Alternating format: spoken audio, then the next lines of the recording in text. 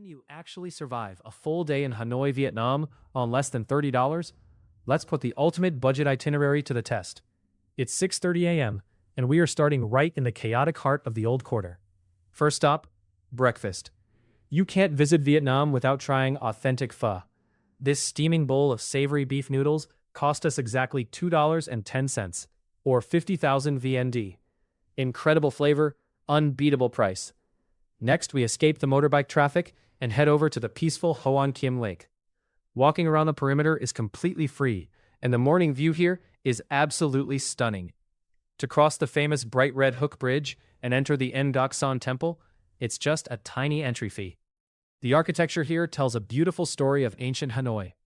Right in the center of the misty water sits the historic Turtle Tower, the ultimate symbol of peace and resilience in this city. Time to move. To get around like a local, we booked 3 different GrabBike rides throughout the afternoon. Total transport cost? Just $3.80. By late afternoon, you need a caffeine kick.